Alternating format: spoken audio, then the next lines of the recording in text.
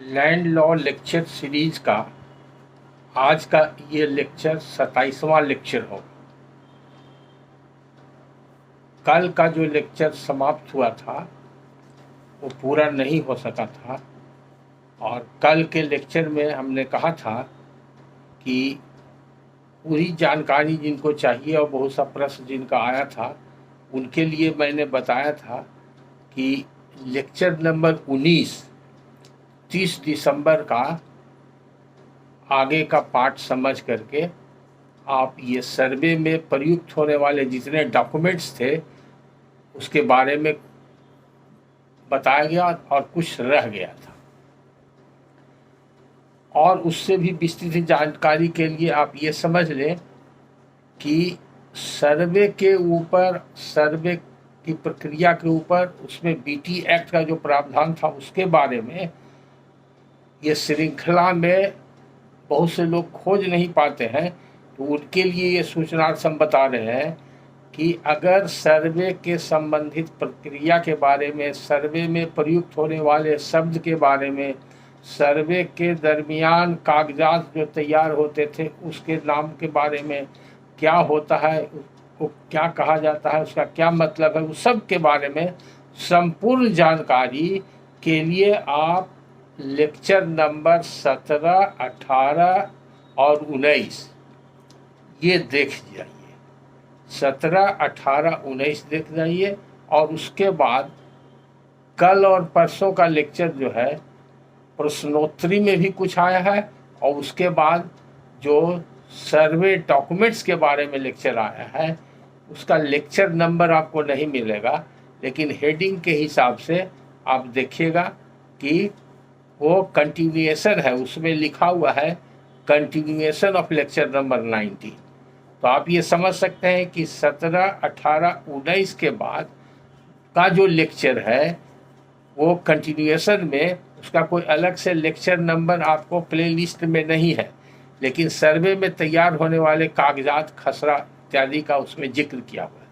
उसी कड़ी में आज हम बताने जा रहे हैं कुछ और महत्वपूर्ण, वो इसीलिए बताने जा रहे हैं कि इस संबंध में कई प्रश्न भी आ चुके हैं, तो एक एक प्रश्न का नाम लेकर के उत्तर देने में बहुत समय लग जाता है, और फिर हमको YouTube पर या व्हाट्सएप पर खोज करके नोट करना पड़ता है।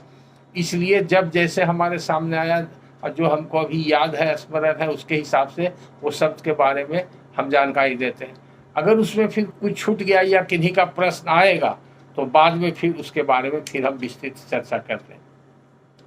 तो सर्वे में प्रयुक्त होने वाले जो कागजात थे और उसमें जो वर्ड यूज हुए हैं, जो लिखे जाते थे, उसका माने लोग पूछते हैं। तो जैसे एक वर्ड उसमें मिलेगा आपको मुकर्रीदार, तो मुकर्रीदार का मतलब होता है लाइफ इंटरेस्ट, ये हेरिटेबल नहीं होता। जो मुकर्रीदार था, मुकर्रीदार कौन होता था उस जमाने में? दो प्रकार के। ऐसे मुकर्री का माने होता है ठीका, पट्टा, जिसको अंग्रेजी में लीज बोलते हैं, वो मुकर्री कहलाता। तो रैयत भी अपना जमीन ठीका पर दे सकता था किसी को जोतने के लिए, उसका अलग प्रावधान है जो ट्रांसफर ऑफ प्रॉपर्टी एक्ट में है लीज के बारे में। भूमि हस्तांतरण अधिनियम वो अलग अधिनियम है, लेकिन बीटी एक्ट में जहाँ पर सर्वे की बात आती है उस क्रम में मुकर्रीदार जो खतियान में यूज हुआ है, हर खतियान में जो रैयत के पास है, ये आप जो आज नकल लेते हैं खतियान में देखेंगे तो सबसे ऊपर में खतियान के दाहिने तरफ जमींदार का नाम लिखा रहेगा। मालिक भी जमींदार को ही कहते, और अगर जमींदार ने किसी को मुकर्री पर दे दिया, यानी कि लीज पर लगा दिया, पूरा जमींदारी जिस क्षेत्र में था या जिस तौजी में था या जिस एरिया में था उसको अगर लगा दिया तो उसका वो जमींदार हो गया, और वो जब तक जीवित रहेगा वही वसूल करेगा, फिर वो मर जाएगा तो जो ओरिजिनल जमींदार है उसके बाद। तो वैसा अगर है कहीं पर देखिएगा कि जमींदार का नाम ऊपर में रहेगा, फिर उसके नीचे लिखा रहेगा दरमियानी हकदार, उसको इंटरमीडिएरी बोलते हैं, माने रैयत और जमींदार के बीच एक और हो गया मालिक। तो कह सकते हैं वो बड़ा जमींदार और उसके नीचे का जमींदार उसी का अधिकार लेके वो जमींदार बना। कुछ शर्त के साथ। वो रैयत से वसूलेगा, फिर उस जमींदार को उसमें से कुछ देगा और कुछ अपने रखेगा, फिर जमींदार उसको अंग्रेज को देगा, अंग्रेज सरकार को देगा। इसलिए ये व्यवस्था थी। तो उसका असली माने है कि वो भी जमींदार था। इसका जब विवाद होता है, अब कोर्ट में केस आता है, तो कभी कभी लोग हुक्मनामा दिखाते हैं कि हम जमींदार से लिए, और जमींदार से लिए हैं, और जमींदार जो है उसका नाम हुक्मनामा में लिखा रहता है, लेकिन वो एक्चुअल जमींदार नहीं, वो मुकर्रीदार था। तब प्रश्न ये उठता है कि वो मुकर्रीदार को तो खास उद्देश्य से दिया गया था, उसको जमाबंदी बंदोबस्ती का अधिकार दिया गया था कि नहीं दिया गया था, ये कानूनी झगड़ा होता है। दूसरा, जिस समय का वो बंदोबस्ती दिखा रहा है, पता नहीं वो जमींदार मुकर्रीदार जो था जीवित था या नहीं था। तो इसलिए कुछ केसेज में इसका महत्व आज भी लोग खोजते हैं और आवश्यकता पड़ सकती है। तो इसके बारे में विस्तृत चर्चा करने की आवश्यकता नहीं, आप अब जान लीजिए मोटे तौर पर कि मुकर्रीदार जमींदार लोग होते थे जिनको दरमियानी हकदार कहते थे। जमींदार को ही मालिक कहते थे, और जमींदार को ही अंग्रेजी में प्रोप्राइटर कहते थे या लैंडलॉर्ड भी कहते थे। और जमींदार का जो हक होता था उसको मिल्क बोलते थे या मिल्कियत कहते थे, अंग्रेजी में उसको प्रोप्राइटरी राइट कहते थे। अब एक उसमें होता है मौरूसी मुकर्री पट्टा। तब मौरूसी मुकर्री पट्टा है, इसका ज़्यादातर इस्तेमाल जमींदार लोग करता था जब रैयत को बंदोबस्त करता था, क्योंकि सभी जमीन जमींदार का था। तो जमींदार को तीन तरह से बंदोबस्त करता रैयत को। एक तो जवानी बोल दिया कि ठीक है इतना जमीन तुमको दिया जोतने के लिए, इतना लगान लगेगा दो। तो छोटा मोटा जमींदार के पास न कचहरी होता था न उतना स्टाफ होता था, तो वो लोग ऐसे ही जवानी कर देते थे। बड़े जमींदार के यहाँ जवानी बंदोबस्ती करने का कम उदाहरण मिलता है, लेकिन हो सकता है बहुत कम एरिया हो, किसी को बंदोबस्त करना तो हुक्म दे दिया। और जमींदार मालिक है, मालिक की मर्जी है। मालिक कहीं जा रहे हैं, कोई रास्ते में मिल गया, गरीब आदमी है, रैयत है, हाथ जोड़ा, इस दुआ किया, कहा हुजूर हमको ये ज़मीन हमारे घर के बगल में है, 1 बीघा 1 कट्ठा 5 कट्ठा दे दिया जाए, हम इसको जोते कोड़ेंगे, उससे खाएंगे। तो बोले ठीक है जाओ जोतो। तो ये हो गया हुक्म। तो उसी हुक्म से उस शब्द बना हुक्मनामा। अगर उस हुक्म को मतलब ओरल ऑर्डर या ओरल डायरेक्शन कोई कागज पर लिख दिया तो हो गया हुक्मनामा। लेकिन हुक्मनामा क्या है, एक्चुअली वो लीज है टीपी एक्ट के हिसाब से। तो वो हुक्मनामा ओरल भी हो गया, और कोई कोई जमींदार उसको लिख करके देता था। जमींदार के यहाँ गोमस्ता पटवारी 2 तरह के लोग रहते थे। पटवारी का काम था बाहर जा करके गांव में जा करके, या अपना जहाँ कचहरी वहीं बैठ के मालगुजारी कलेक्ट करना, ये सब करना। और गोमस्ता का काम था कि इंटरनल हिसाब किताब रखना, और सरकार को कितना देना है, सेस कितना देना है, रेंट कितना देना है, कागजात कैसे बनाना है। जैसे कि कोर्ट में देखते हैं एक जज साहब के पास एक पेशकार होता है और एक क्लर्क जो होता है वो ऑफिस में होता है, जिसको मुहर्रिर बोलते हैं या ऑफिस क्लर्क बोलते हैं। तो उसी तरह से व्यवस्था जमींदार लोग भी किए हुए थे। तो अगर कोई जमींदार रजिस्ट्री से बंदोबस्ती करता था तो उसको रजिस्टर्ड पट्टा डीड या लीज डीड बोलते थे। तो वो परमानेंट भी होता था और कुछ समय के लिए भी होता था, 10 साल 5 साल के लिए हो सकता था। रजिस्टर्ड भी हो सकता था, अनरजिस्टर्ड होता था, लेकिन उसकी मान्यता नहीं थी। उस समय लोग इतना विवाद नहीं करते थे, इसलिए प्रचलन में वो भी था। तो अगर कोई परमानेंट लीज कर रहा है, जमींदार किसी रैयत को दे रहा है, तो उसको लिखता था पट्टा बंदोबस्ती दवामी, माने परमानेंट। उसको दूसरा और भी नाम है पट्टा बंदोबस्ती इस्तमरारी, उसका माने भी परमानेंट, परपेचुअल। तीसरा उसको और बड़ा करके लिखा जाता था पट्टा बंदोबस्ती दवामी नस्लन बाद नस्लन बतलन बाद बतलन, उसको और क्वालिफाई करने के लिए। सबका मान एक है। उसी तरह एक होता था मौरूसी मुकर्री पट्टा। तो इसमें मौरूसी वर्ड जुटा हुआ है पट्टा में और मुकर्री भी जुड़ा हुआ, दोनों मुकर्री और पट्टा दोनों। इसका माने होता था ये अलग अलग जगह पर ऐसा ऐसा कस्टम था, जिसको जहाँ पर जो मिला, जो सर्वे के समय जो कर्मचारी था, जिसको जो समझ में आया वो उसी तरह से कागजात में लिख दिया। तो अलग अलग स्थानों में, अलग जिला या सब डिवीजन में जो कागजात बने हैं सर्वे के दरमियान, उसमें अलग अलग शब्द ये सब मिलते हैं। इसीलिए लोगों को कभी कभी भ्रम होता है, जानकारी नहीं रहने के कारण समझ नहीं पाते हैं, कहीं कुछ लिखा हुआ है कहीं कुछ लिखा हुआ है। तो इसलिए मौरूसी मुकर्री पट्टा कहते हैं परमानेंट लीज डीड। लेकिन इसका दो खूबी है, फिक्स्ड रेंट होगा, माने रेंट अगर उसमें फिक्स कर दिया कि 5 रुपये बीघा लगेगा और फिर उसका कभी इन्हांसमेंट नहीं होगा, ये कंडीशन है। Not to be enhanced, fix rent not to be enhanced, माने आज जो हम लगान कर रहे हैं आपको फिक्स, वो जीवन पर्यंत चलेगा, परमानेंट रहेगा। तो इसको मौरूसी मुकर्री पट्टा बोलते हैं। बाकी पट्टा में परमानेंट पट्टा हो या कम समय के लिए पट्टा हो, उसमें जमींदार का अधिकार रहता था ये लिखने का कि 5 साल के बाद हम इसका लगान बढ़ा देंगे, 10 साल के बढ़ा देंगे, या साइलेंट रहता था।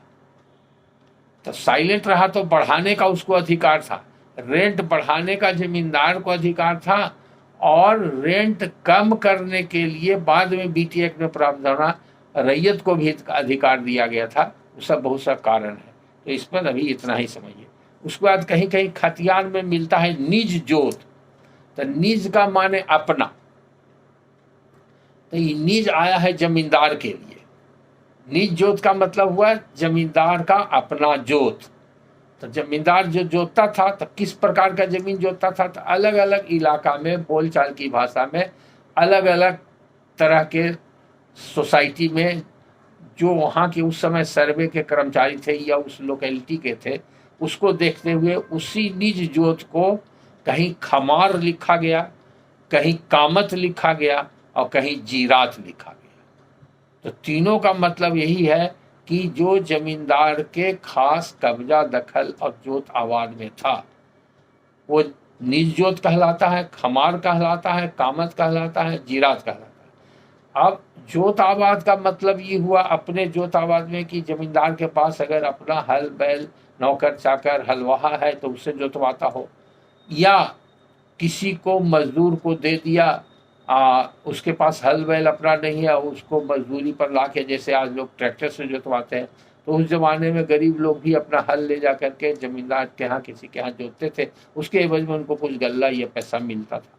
तो उससे कोई मतलब नहीं, वो जमींदार के डायरेक्ट जोतावाद, अब पर्सनल कंट्रोल में जो था उसी को वो कहते हैं। उसके बाद एक सर्वे का डॉक्यूमेंट छूट गया था तेरीज, इस पर बहुत सवाल पूछते हैं। तो तेरीज को गोसवारा भी कहते हैं, और ये abstract of number of settlement खतियान है। जो खतियान बना तो उसका नाम है सर्वे सेटलमेंट खतियान, पूरा नाम। इसलिए कि बहुत सा जमीन जो सर्वे के पहले जमींदार का नहीं था और सर्वे के दरमियान जमींदार ने उसको सेटल कर दिया, या जो पहले से रैयत के पास था और उसको सेटलमेंट के द्वारा मिला था, यानी कि जो भी जमीन था जमींदार था तो जमींदार ने ही दिया था, तो उसको, उस प्रक्रिया को कन्फर्म कर दिया, संपुष्ट कर दिया सर्वे सेटलमेंट ऑफिसर ने। तो इसीलिए उसको कहते हैं सर्वे सेटलमेंट खतियान भी कहते हैं, और उसमें जो नीचे प्रमाण पत्र दिया रहता है उस सर्वे सेटलमेंट ऑफिसर डिजिग्नेशन भी है। तो तेरीज is abstract of number of settlement खतियान, यानी खतियान का वो एक उसी से कॉपी किया हुआ एक अलग रजिस्टर होता है।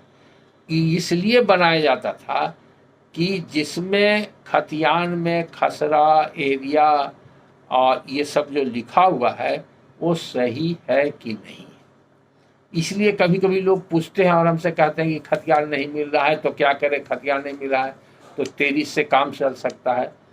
तो खतियान का स्थान तेरीज नहीं ले सकता है कानून के अंतर्गत, लेकिन अगर ये विवाद हो तो तेरीज को इस रूप में प्रस्तुत किया जा सकता है कि इस तरह का खतियान में हमारे पूर्वज का नाम था, या प्लॉट नंबर था, अराजी इतना था, या लगान इतना था, या किस्म जमीन इतना था। इस सब बात के लिए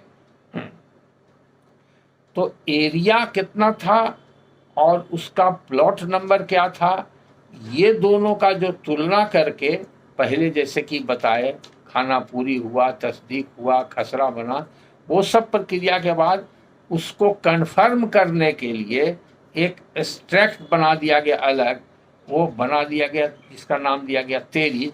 इसमें देखने से ये पता चलेगा अगर वहाँ पर विवाद था कहीं पर, या खसरा में और खाना पूरी और तस्दीक में कहीं कोई डिफरेंस पाया गया, अंतर पाया गया खाता नंबर, प्लॉट नंबर, अराजी में, तो तेरीज में आकर के वो करेक्ट हो जाता था। तो ज़्यादातर तेरीज में ये देखने के लिए कि अगर कोई विवाद हुआ तो लोग तेरीज का इस्तेमाल करते थे। तो ये तो हुआ कुछ डॉक्यूमेंट्स जो सर्वे के समय इस्तेमाल होता था। अब डॉक्यूमेंट के अलावा कुछ इम्पोर्टेंट वर्ड है जिसके बारे में लोग पूछते रहते हैं। जागीरदार, जागीरदार किसको कहते हैं? तो जिसको जागीर मिला वो जागीरदार कहलाता है। अब जागीर किस तरह का होता है? तो जागीर मतलब वो ग्रांट है, तो ग्रांट मिलने वाला व्यक्ति ग्रांटी कहलाया, और अलग अलग काम के लिए मिलता था जागीर। तो अलग अलग काम के लिए मिलता था, तो अलग अलग व्यक्तियों को मिलता था। उसको सर्वे के पदाधिकारियों ने जहाँ पर पाया और देखा, उसको उसी हिसाब से कहीं तो वर्ड जागीर भी लिखा और कहीं जागीर वर्ड छोड़ दिया खतियान में। जैसे खतियान में मिलेगा जागीर खिदमती, खिदमत मतलब सेवा करना। अगर कोई जमींदार के यहाँ कोई नौकरी चाकरी काम कर रहा था किसी भी प्रकार का, किसी भी पद पर हो, तो उस समय रुपया तो करेंसी नोट नहीं था और सिक्का इतना नहीं था, चांदी और सोने का सिक्का उस जमाने में चलता था, तो सिक्का तो बहुत कम उपलब्ध होता था, तो खेत ही जमींदार दे देता था, तो उसको जागीर खिदमती बोलते थे। उसी तरह से जमींदार के पास गोड़ाइत होता था। गोड़ाइत एक पद है, लेकिन संयोग से बिहार प्रांत में पासवान जाति के लोग जो दुसाध कहलाते भी हैं कहीं कहीं, वो लोग लड़ाकू किस्म के होते थे, तंदुरुस्त होते थे, और उन लोग ड्यूटीफुल होते थे और विश्वास पात्र होते थे। इस समझ करके ज़्यादातर जमींदारों ने पासवान जाति के लोगों को गोड़ाइत के रूप में रखा, इसलिए सब लोग उसको गोड़ाइत समझ करके जाति बना दिया। जाति नहीं है, वो पद है गोड़ाइत। तो उस पद के हिसाब से बहुत से लोग अभी भी गांव देहात में बोलते हैं फलाना गोड़ाइत है, या सर्वे वाले ने भी नाम में लगा दिया फलाना गोड़ाइत। तो ये गोड़ाइत हुआ। जो ड्यूटी देता था वो वॉचमैन टाइप का आदमी होता था, या कह सकते हैं कि वो अभी जो मार्शल टाइप का आदमी होता है, मॉल वगैरह में रहता है, वो किसी को रैयत को जाओ बुला के लाओ, पकड़ के लाओ, किसी पर कुछ कार्रवाई करना है, तो वो सब काम गोड़ाइत के जिम्मे होता था। या कहीं फसल कट रहा है तो जाके उनके देखो, कहीं भावली दाना बंदी हो रहा है तो वहाँ पर जाके देखो, इस तरह का काम करता था। तो उसको भी जमीन देते थे, तो ऐसा जमीन चाहे तो मिलेगा गोड़ैती सिर्फ लिखा रहेगा या जागीर गोड़ैती रहेगा। उसी तरह से फकीराना के बारे में कुछ लोग पूछे थे, बता भी चुके हैं। फकीराना जो होता था वो मुस्लिम एसेटिक माने जो तपस्वी लोग होते थे और एक फ़कीर को, दोनों को जैसा कि बता चुके थे। उसके अलावे बहुत सब मिलेगा, जैसे देवोत्तर शब्द मिलेगा, फिर ब्रह्मोत्तर शब्द मिलेगा। तो देवोत्तर मतलब हिंदू देवी देवता को किन्हीं को दिया गया हो जमींदार के द्वारा, तो उसका भी कोई लगान नहीं लगता था, वो एक तरह का वही ग्रांट है और लाइफ लॉन्ग कंटिन्यूअस सदा सर्वदा के लिए है। तो वो देवता के नाम पर अगर दिया गया तो देवोत्तर हो गया, और अगर ब्रह्मदेव के नाम में दिया गया ब्रह्मा के पूजा पाठ करने के लिए, तो जनरली ब्रह्मा का बहुत कम मंदिर पाया जाता है, ब्रह्मा की पूजा बहुत कम होती है, इसलिए इसको जो इस्तेमाल किया सर्वे वाले ने, तो उन लोगों ने लिखा ब्राह्मण को जो दिया गया यानी कि कोई ब्राह्मण मंदिर में पूजा पाठ करता है या ठाकुरबाड़ी में पूजा पाठ करता है और वो जमींदार का मंदिर या ठाकुरबाड़ी है या उसके घर में आके पूजा पाठ करता है, तो उसको रुपया पैसा के बदले में जमीन दे दिया गया, तो वो कहलाता है ब्रह्मोत्तर। देवी देवता को दिया तो देवोत्तर, और वो हो गया ब्रह्मोत्तर। तो कहीं कहीं किसी एरिया में उसको फारसी में लाखराज भी लिखा गया। लाखराज का मतलब जिसका कोई रेंट नहीं लगे। तो ये सब जमीन जो है वो जागीर जो है, खिदमती, गोरैती, फकराना, देवोत्तर, ब्रह्मोत्तर, ये सब लाखराज में ही आता है।